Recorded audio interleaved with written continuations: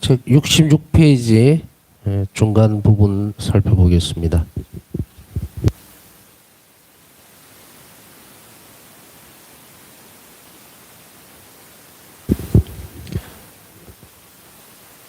제2차 바티칸 공의회는 이러한 그리스도인의 의무를 명백히 상기시켜준다. 평신들은 저마다 세속에서 주 예수님의 부활과 생명의 증인이 되어야 하고 살아계신 하느님의 표지가 되어야 한다. 제2차 바티칸 공의회문은 그리고 교회에 관한 교회 헌장 38항.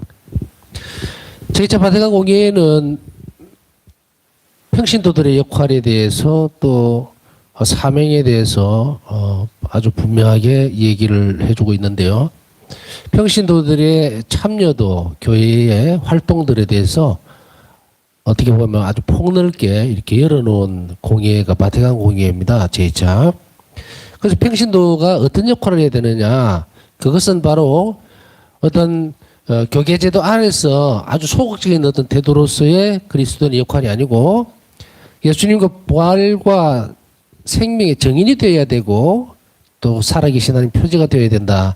살아계신 하나님의 표지가 되어야 된다는 말은 그 사람을 봤을 때 하나님을 알아배울 수 있게 살아라는 이야기죠. 이게 부활의 증인이라는 것은 그래서 복음에서 보면요. 빛과 소금이 되라는 말이 그 말이에요. 그래서 우리가 삶을 살아가면서 이 사회 안에서 이제 말로도 복음을 전할 수가 있습니다. 그런데 우리가 그리스도인으로서 행복하게 사는 모습들 그리고 이웃을 위해서 자비를 베푸는 그 모습들을 보고서 사람들이 무엇을 봐야 됩니까? 표지가 뭡니까?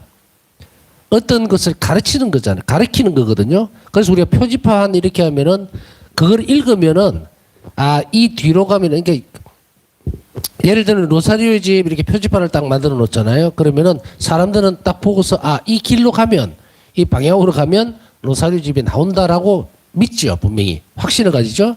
그래서 마찬가지로 그리스도인으로서의 삶을 잘 살아낼 때에 복음화되어서 복음적으로 살아낼 때에 사람들이 우리의 행위들 삶의 모습들을 보고서 하나님이 계신다라는 것 그리고 하나님을 따라가야 되겠다 이렇게 돼야 되는데 그럼 여기서 우리가 한번 생각을 되짚어 볼 필요가 있는 것은 우리 자신들이 행복한 모습을 보이지를 못하고 정말 세속에 아주 찌들어 있는 모습을 계속해서 보인다면 누가 우리를 보고서 저 사람이 정말 하나님을 믿고 있구나. 하나님은 정말 계시는구나. 이렇게 알 수가 있겠습니까?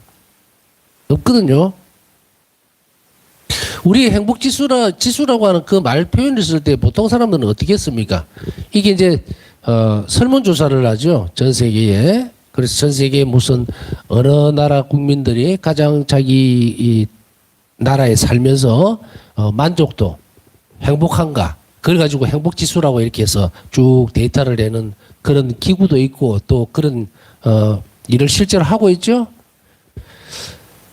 뭐 1위가 어딘지 제가 기억하지는 못하지만 덴마크나 저쪽 좀 되겠죠. 복지가 잘 돼 있고 이거를 순서로 따진단 말이죠. 근데 그게 보면 행복지수라고 하는 그것을 할 때에 사람들에게 설문조사를 하면서 행복합니까? 좋습니까? 이렇게 물어보는 게 아니에요. 항목이 이렇게 쫙 있어요.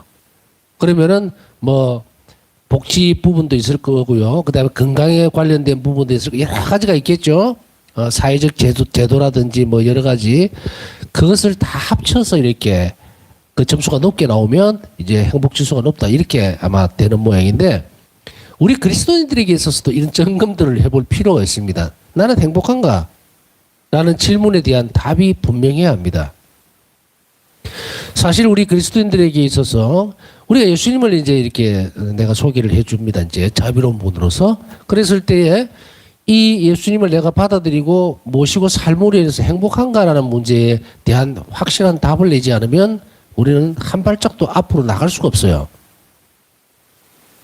우리가 행복해지지 않는 일들 다시 이야기하면은 우리가 하나님과 하나가 된다는 거죠. 우리가 가르치고 있는 내용 우리가 진리로 받아들이고 있는 내용은 영원하신 하느님 사람이 되신 예수 그리스도와 하나가 됨으로 인해서 행복해질 수 있다는 거거든요. 근데 하나가 되는 과정 안에 여러 가지 것들이 많이 있죠. 그냥 뭐 예수님과 나는 일치합니다. 마음만 먹는다고 되는 일이 아니잖아요. 그 과정 안에서 보면은 실천적인 부분이라든지 뭐 희생적인 부분 막 많습니다. 이제 그것을 다 드러냄으로 인해서 예수님과 일치할 수 있고 삼위일체이신 사랑 안으로 우리가 들어갈 수 있고 영원한 생명을 얻을 수 있다면 이 과정 자체가 행복일 거라는 거예요. 그게 고통스럽고 힘들고 뭐 메뉴 만들듯이 이렇게 만들면 힘든 상황들 또 현세를 살아가는 데 있어서 그런 여러 가지 조건들이 있겠죠. 뭐 물질적인 것, 또 건강상의 문제, 그다음 이웃과의 관계, 뭐 정신적인 문제 여러 가지가 있을 거예요. 이것을 하나하나 쭉 나열해 놓으면 앞에서 제가 설명해 드렸듯이 거기에 대한 점수가 나오겠죠. 그렇게 했을 때 그리스도인들에게 있어서는 이 모든 일들이 현세적인 이런 일들이 전부 100점이어야 돼요. 누구 때문에? 하느님 때문에. 그런데 이것이 100점이 되려면 조건이 딱 하나가 있습니다. 어떤 조건입니까? 내가 삶을 살아내는 모든 동기들, 내가 살아야 되는 이유가 바로 하나님의 사랑에 있어야 돼요. 여러분들 앞에서 제가 강의를 쭉 하면서 몇 가지 어떤 데는 계속해서 강조하는 내용들이 있죠. 어떤 행위가 자비로운 행위가 되기 위해서는 또 가치 있는 내 행위 자체가 가치가 있게 돼. 그 가치를 부여하는 것은 뭐다? 하나님께 대한 사랑이 동기가 될 때에만 그 행위가 가치가 있는 거예요. 우리가 사회적으로 무슨 하나님을 믿지도 않고 바깥에 뭐 명망이 있고 그리고 뭐 학벌도 좋고 또 재력도 있고 이래서 막 자신을 드러내면서 많은 일들을 한다고 하더라도 그것을 가치를 정의하는 것은 사람들이 아닙니다. 이 사회가 그 가치를 정해주는 거 아니에요. 아무리 작은 일이라더라도 이 가치라는 문제가 왜 필요하겠어요? 이것을 우리가 조금 더 살펴보면요. 우리 행동이 구원에 도움이 되느냐 안 되느냐의 문제입니다. 그래서 우리가 미사 경본에 보면 성찬의 전례 때 우리는 어떤 부분들을 볼 수 있어요. 우리가 인간이 비천한 이 인간이 미천한 재물을 바치는데 그걸 바치게 함으로 인해서 그것을 거룩하게 만들고 그것을 우리의 영혼의 양식으로 만들고 그리고 그것이 우리의 구원에 도움이 되게 하셨습니다라고 하는 감사를 드린단 말이에요. 이걸 그대로 또 직역한 건 아닙니다. 알아듣기 쉽게 만든 거예요. 그러니까 우리가 인간이 하는 행위들이 우리가 빵과 포도주를 드릴 때 이거 정말 인간의 노력으로 했지만 아무 가치 없어요. 그런데 그것이 거룩하게 만들어지고 봉헌되어지도록 허락해 주는 거예요. 하나님이. 그렇게 함으로 인해서 그것이 영원한 생명에 대한 가치를 지니게 된다는 거예요. 그때만 그게 정말 말 그대로 가치 있는 삶, 가치 있는 행동, 가치 있는 일이 된다는 이야기죠. 그러면 그 기둥이 어디에 있습니까? 계속 우리가 상기하면서 일을 하든 생각을 하든 모든 것들에서 가장 기준이 되는 것은 내가 하나님께 대한 사랑이 그 동기가 되어서 일을 하고 있느냐는 문제입니다. 삶을 살아가고 있느냐의 문제예요. 그렇기 때문에 내가 오늘 하루를 살아내야 되는 것은 바로 하나님께 대한 사랑이에요. 그게 동기가 돼서 이 삶을 살아가는 건데 이런 삶이라는 것이 하나님 없이 하나님 사랑에 대한 동기 없이 오늘 하루를 살아내는 건 아무 가치가 없어요. 이것을 바울사 성령은 우리 삶에 대해서 어떻게 표현을 하고 있는가? 지겨운 삶이 일어났잖아요. 정말 아침에 눈 뜨면 또 반복되는 삶. 하느님 없이는 아무 가치가 없어요. 이 지금 강의를 듣는 분들은 연배가 있는 분도 있고 또 젊은 분들도 있고 그렇겠죠. 형제자매들도 있을 텐데 뭐 살펴보면은 제가 이렇게 보니까는 대상들이 대부분 50대 이상입니다. 그러면은 여러분들 행복했습니까 지금까지? 여기에서 행복했습니까? 라고 물을 때에 나는 거기에 대한 답을 준비해야 되겠죠. 어떤 사람들은 제가 묻는 질문에 대한 정확한 의미를 모르면 이렇게 대답을 합니다. 예, 나는 행복했습니다. 라고 섣불리 이야기를 합니다. 그러면은 무엇 때문에 그렇습니까? 라고 물으면 그냥 뭐 아이들 잘 컸고요. 뭐 말썽 없었고요. 그걸 행복이라고 착각을 하고 있다면 우리가 마지막 죽는 순간에 하느님 때문에 행복했습니다라는 말이 나올 수 있어야죠.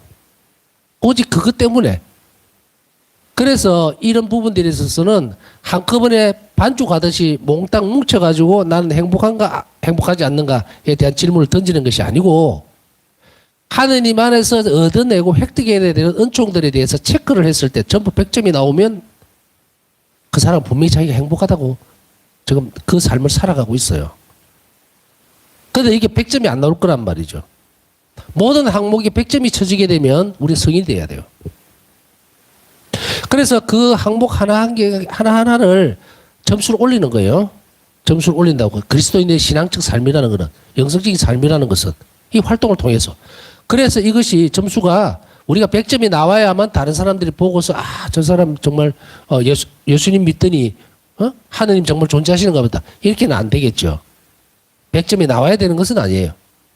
그러나 이 점수라는 것이요. 제가 점수라는 말을 자꾸 쓰는데 비유적으로 쓸 수밖에 없겠네요.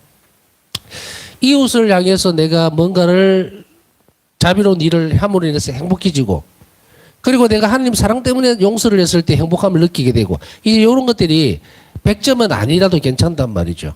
10점, 20점이라도 돼요. 그거는 점점점 높아질 거니까. 그런데 이 점수 자체가 아예 깡그리 없는 사람이 너무 많다. 너무 많다. 그냥 사는 거예요. 그냥 사는 거예요. 그래서 우리는 압축시켜 보면은 질문 이렇게 던져볼 수도 있어요. 나는 지금 그냥 살고 있는 것인가? 아니면 가치 있게 살고 있는 것인가? 이 두 가지 외에는 우리 삶에서 저울질할 것이 없습니다. 제가 연배가 좀 높을 거라고 생각했죠. 이게 청춘 남녀들이 들어와 있지는 않을 거예요. 청춘 남녀라는 표현을 써서 죄송하지만, 그러니까 젊은 층들이, 우리 형제 자매들이 20대, 30대가 들어오지는 않는 걸로 제가 알고 있고, 그러면 연배가 이제 어떤 세월들을 쭉 살아오셨잖아요, 다들. 그랬을 때 삶을 돌아보기가 좀 쉽겠죠. 50평생 살아봤을 때에 내 삶은 정말로 행복했는가, 행복하지 않았는가. 그렇게 묻지 말고 예수님 때문에 내가 행복한 시간들이 있었을까. 그리고 나는 지금 앞으로 예수님을 따라감으로 해서 행복해질 수 있을까. 이거 당연히 고민해 봐야죠. 이런 고민을 안 해봤다면 지금이라도 해야 돼요. 그렇지 않으면 지금까지 살아왔던 삶이 무의미한 삶이 되고, 오늘 바티칸 공의를 통해서 우리에게 전해주고 있는, 사실은 우리 의무거든요. 이 의무는 뭡니까? 행복하게 사셔야 된다 이 말이에요. 여러분들은. 저도 그렇고 여러분들도 행복하게 살아야 돼요 지금. 그런데 지금 행복하지 못하다면 뭔가 문제가 생겼죠. 하나님께서 사람을 창조하실 때 행복하여라 하고 줬단 말이죠. 그리고 주님께서는 모든 은총들을 다 주시겠다고 약속까지 다 해줬죠. 그런데 지금 내가 행복하지 못하다면 이제 이 사이에 뭐가 있다는 거예요. 그 사이에 있는 것이 뭐냐면, 복음화라고도 얘기를 하겠지만, 그리스도인으로 살아가야 되는 사명이 충실하다고 얘기를 할 수 있겠지만, 그것은 뭡니까? 바우사 성리를 통해서 우리에게 주어진 것은 의탁하는 삶이 부족했기 때문에 나는 지금 행복하다고 하는 그 자리로 못 올라가고 있는 거예요. 이것은 우리가 해도 되고 안 해도 되는 부분이 아닙니다. 오늘 여러분들은 듣게 되었다면 이것이 나에게 주어진 의무였어요. 이 지상에. 내가 삶을 시작하면서, 이 땅에 태어나면서부터 이 귀한 생명을 내가 받았고 하나님 자비로 탄생을 했기 때문에, 내가 태어났기 때문에 공짜로 받은 삶이에요. 내가 태어나려고 내가 노력한 거 아무도 없대. 그렇다고 해서 내 삶의 책임을 내가 안 져야 되는가? 그건 아니다. 사랑으로 창조가 됐기 때문에 이제 이 창조는 공짜로 주어진 삶입니다, 나에게. 그러면 행복하기 위해서 창조가 됐죠? 그러면 우리가 대가 없이 받았다고 해서 하나님께서 우리에게 요구하는 것이 없겠습니까? 있어요. 그 뭐냐면 행복하여라. 너는 행복해야만 한다. 그럼 어떻게 하면 행복할 수 있습니까? 행복을 주신 분을, 또 사랑을 주고 창조를 하신 분을 끝없이 사랑해라. 그러면 행복해질 거다. 이거예요, 이게, 이 흐름이. 이것을 바티칸 공의에서는 이제 평신도들 역할이라든지 혹은 살아계신 하나님 표지가 되려고 하는 이런 것들을 이렇게 표현을 하고 있는 겁니다. 중요한 점은 이 문헌의 말씀이 공동체, 가정, 본당, 일터에서의 삶에 대하여 언급하고 있다는 점이다. 제가 말씀드렸잖아요. 한 계단 체크하는 것은 전부 다 가정, 공동체, 본당, 일터 다 다르죠. 여기에서 빵점이 나오면 안 돼요. 빵점이 나오면 안 돼. 이게 수치를 자꾸 올려야 돼요. 2, 3, 4, 5 이렇게. 그것은 올리는 방법은 아까 말씀드렸던 그게 가장 주요하다. 하나님께 대한 사랑으로 일터에서, 가정에서, 공동체에서 모든 일을 해야 돼요. 말을 하든 아니면 이웃에게 자선을 베풀든 자비를 베풀든, 오늘 자선주의잖아요. 돈만조가 되는 문제가 아닙니다. 그렇게 되는 게 아니죠. 그래서 내가 하는 행위 자체가 하나님 사랑에 뿌리를 두고 있을 때 그게 가치가 있다는 거예요. 그러면은 아까 말씀드렸듯이 정말 50평생 60평생 살면서 70평생 살면서 정말 내 삶이 뭐였지? 라고 왜 물음표를 던지면서 그냥 지내다 보니까 나이가 들었네, 늙어버렸네, 이거 어쩌지, 이게 해서는 안 된다, 후회스럽다, 그런 걸 이야기하는 게 아니에요. 차이점을 발견하시면 돼요. 그래서 지금부터라도 시작하면 된다는 이야기지. 왜 내가 삶의 가치가 없고 어제와 같은 삶, 10년 전이나 20년 전이나 이제 나이만 들고 머리만 허해졌는데 이렇게 되면 안 된다는 이야기예요. 그럼 무엇이 빠져버렸을까? 그 빠진 것은 그 생활이나 내 활동이 아무 가치가 없었기 때문에 그렇다. 아까 앞에서 말씀드렸죠. 가치의 문제. 그러면 내 삶이나 말이나 행동이나 숨을 쉬는 것도 가치가 있어진다는 것은 영원한 생명으로 가는데 보탬이 돼야 되거든요, 이게. 그러면 그게 가치가 있기 위해서는 무엇입니까? 한 가지밖에 없어요. 하나님에 대한 사랑으로 그 일을 해야 돼요. 자, 예를 들어서 이 초를 껐다가 다시금 켠다. 이 행위가 그냥 있어지는 행위가 아니라 하나님께 대한 사랑으로 이 행위들이 이루어질 때에 이것이 가치 있는 행위가 되는 거예요.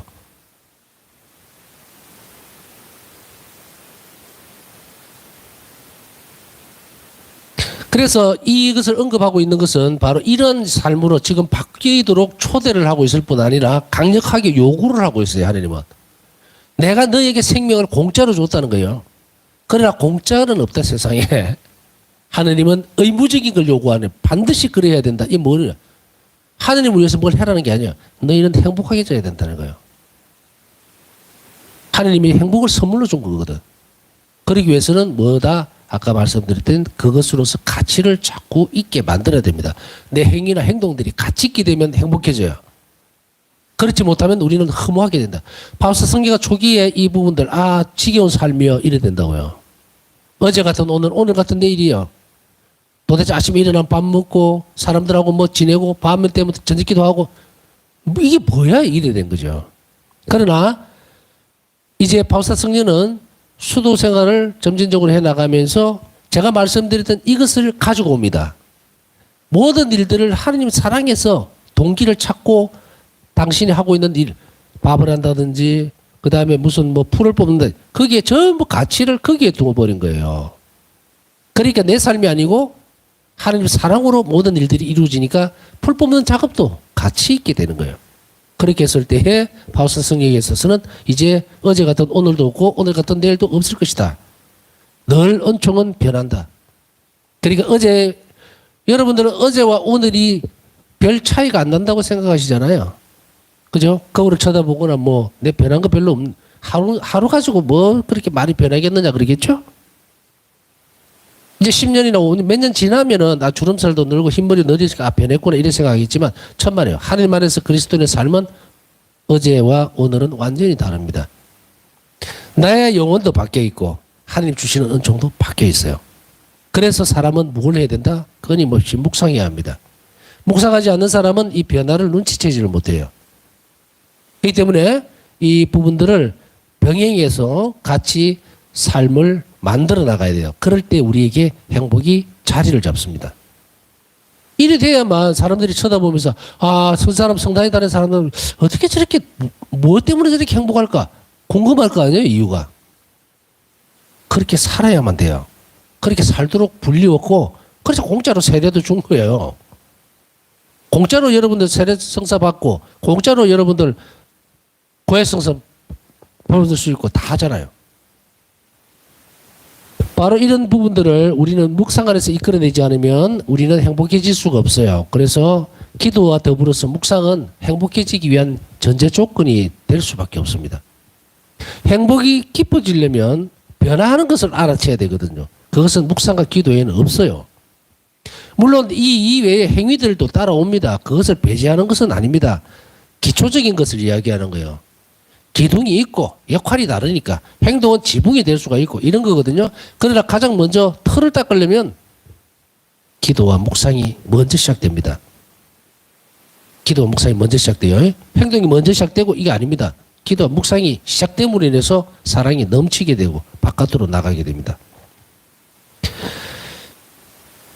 그 다음에 견지성사를 받은 사람에게 이 자리에서 나는 무엇을 얻을 수 있을 것인가라는 질문은 중요하지 않습니다. 이 자리에서 무엇을 얻을 수 있을 것인가. 우리는 참 이런 질문들을 많이 합니다. 견지성사 받으면 뭘 얻었을까? 세례성사 받으면 뭘 얻었을까? 다 가르쳐 주잖아요. 그러나 그것이 꼭 중요한 것은 아니고 요구되는 것이 있는데 누가 나를 필요로 하는가? 두 번째로 하나님께서 나를 누구에게 보내시는가? 이다. 누가 나를 필요로 하고 하느님께서는 나를 누구에게 보내시는가? 이것이 중요하다. 이것을 전에 말씀드릴 때 이렇게 얘기를 했죠. 나는 항상 매번 다른 이들에게 선물이 되어줘야 된다. 선물이 되어줘야 된다. 그게 자비죠. 자비를 입을 때 그 사람은 선물을 받게 되죠. 그랬을 때 우리는 우리 스스로의 가치를 어떻게 한다? 하나님 안에서 더 높이는 사람이 됩니다. 이렇게 하여 모든 그리스도인 공동체는 성령 안에서 하나가 되고 첫째로, 두 번째로는 세상 안에서 하느님 현존의 표지가 되고 세 번째로는 그분의 선하심과 자비의 표지가 됩니다. 하느님이 존재하신다는 것을 세상에서 드러내야 되고 성령에서 하나가 되어야 합니다. 무엇으로? 성체성사로. 그리고 선하심과 자비의 표지가 되어야 되는데요. 주 예수님께서는 모든 그리스도인의 성소를 다음의 말씀으로 묘사하셨다. 자, 모든 그리스도인의 성소는 뭡니까? 부르심이죠. 잘 들어야 됩니다. 너희는 세상의 소금이다. 그러나 소금이 제 맛을 잃으면 무엇으로 다시 짜게 할 수 있겠느냐? 너희는 세상의 빛이다. 이와 같이 너희의 빛이 사람들 앞을 비추어 그들이 너희의 착한 행실을 보고 하늘에 계신 너희 아버지를 찬양하게 하여라.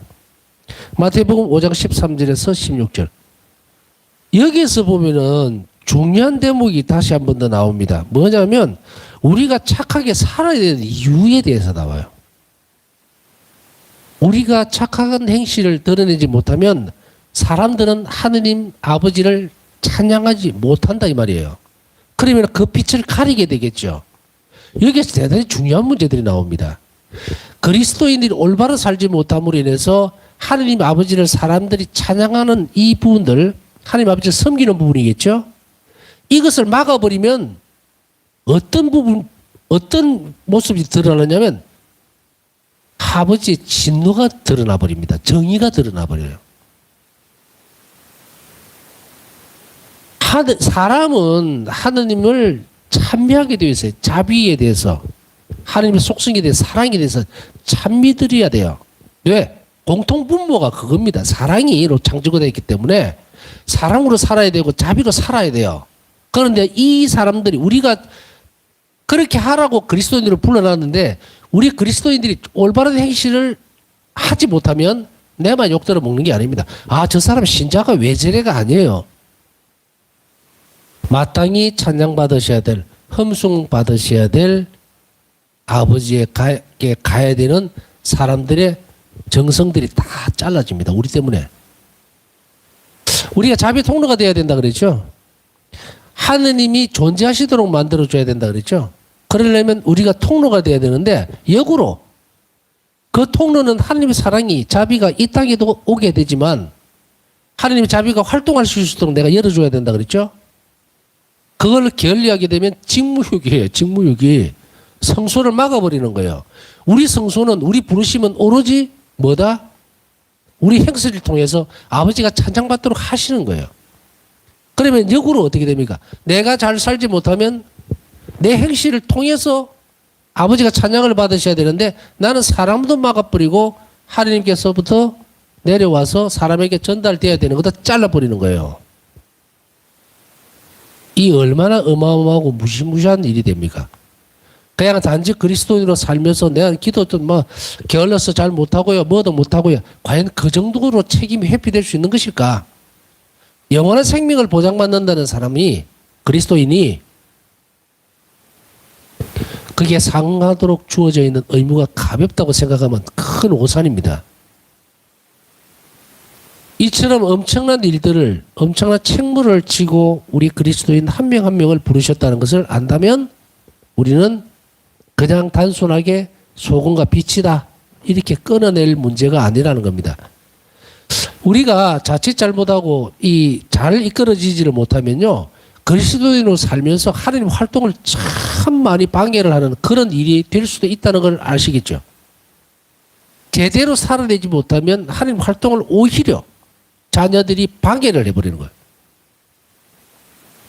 단순하게 한 개인의 문제로 끝날 부분이 아니라는 것을 우리는 깊이 있게 생각해야 됩니다. 오 성령님, 저에게 당신의 기사직을 주시고 매 순간 제 영혼에 힘을 주시며 악에서 저를 보호해 주시는 견진성사의 신비에 대해 감사드립니다. 일기 1286번. 견진성사 안에서는 우리가 이렇게 이 부분들을 잘 묵상하고 세상 가운데에서 자신의 책무, 그 귀한 책무를 성실하게 잘 살아낼 수 있도록 이끌어 주시는 것에 대해서, 견진성사에 대해서 드러난 하나님 자비에 감사를 드려야 합니다. 자, 그 다음에 세 번째로 화해와 참회 성사에서 하나님의 자비를 볼 겁니다. 이제 우리도 우리 지구도 내일부터, 우리 지구뿐만이 아닐 거예요. 이제 내일 전부 다 이번 주간 다음 주 사이에 판공수사를 보게 되는데, 적절하게 이렇게 또 이 부분을 할 수가 있게 됐네요. 잘 준비하시고요. 그러나 누가 죄를 짓더라도 하나님 앞에서 우리를 변호해 주시는 분이 계십니다. 곧 의로우신 예수 그리스도이십니다. 그분은 우리 죄를 위한 속죄 제물이십니다. 우리 죄만이 아니라 온 세상의 죄를 위한 속죄 제물이십니다. 요한복음 2장 1절에서 2절. 참회 성사에서 드러난 하나님 자비를 살펴보면서 이걸 제 시간 안에 끝내지 못할 수도 있습니다. 먼저 이렇게 성사를 봐야 되는 사람들도 있고 그런데, 그래서 권하고 싶은 것은요, 이 화해와 참회 성사 편에 굉장히 중요한 부분들이 많이 나와요. 우리가 성사를 어떻게 준비할 것이며 또 성찬을 어떻게 해야 될 것인가가 쭉 잘 나와 있습니다. 그러니까 그걸 여러분들이 반드시 보시고서 준비를 잘 하시면 좋겠어요. 어떤 분들에게 이런 죄가 뭡니까 이러면 죄가 뭔지도 몰라요. 생각해 본 적도 없고 이러면 진짜로 큰일 납니다. 고해 성사를 왜 봐야 되는지를 몰라요. 그냥 그 죄가 나에게 차곡차곡 쌓이게 되면 내가 이 땅에서 얼마나 불행한 삶을 사는지 모르게 됩니다. 그렇기 때문에 어떤 사람이 자신의 삶에 있어서, 인생에 있어서 또 삶을 살아내는 데서 불행하다고 생각하면요, 이 교회 안에서 모든 일들을 성사 안에서 다 해결하면 돼요. 성사 안에서 다 해결하면 됩니다. 방황할 필요가 없어요.